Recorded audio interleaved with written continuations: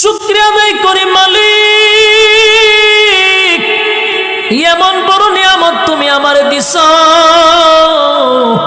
আমার দুইটা চক্ষু আছে, দুইটা হাত আছে, এই কারণে মানুষ আমারে বড় সম্মান করে, বড় ইজ্জত করে।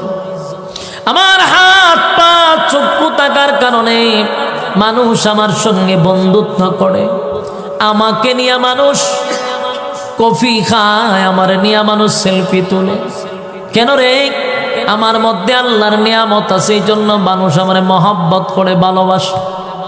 যার হাত নাই পা নাই, কোনো ভিক্ষুকরে নিয়ে মানুষ সেলফি তুলে না, কোনো ভিক্ষুকরে মানুষ কফি খাওয়ায় না, বন্ধুত্ব করে না।